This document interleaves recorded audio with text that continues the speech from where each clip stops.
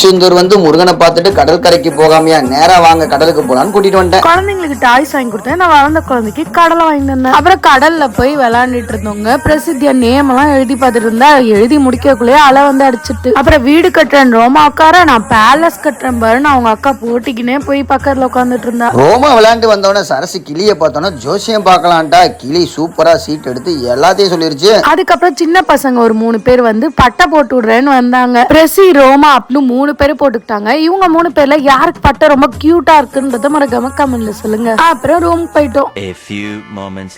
சாப்பிட்டு கொஞ்சம் ரெஸ்ட் போட்டு நேரா ஆட்டோ பிடிச்சு குலசை முத்தாரம்மன் கோயிலுக்கு கிளம்பிட்டோம். இந்த கோயில் திருச்செந்தூருக்கு ரொம்பவே பக்கம். அதனால நாங்க ஃபேமிலியா கிளம்பிட்டோம். இங்க தசரா செலிப்ரேஷன் வேற மாதிரி இருக்குங்க. அடுத்த வருஷம் கண்டிப்பா வந்து பார்க்கணும்னு நினைச்சிருக்கோம். என்ன நடக்குதுன்னு பார்க்கலாம். அதே மாதிரி பாத்தீங்கன்னா தேன்குளம் இந்த ஊர்ல ரொம்ப ஃபேமஸ்.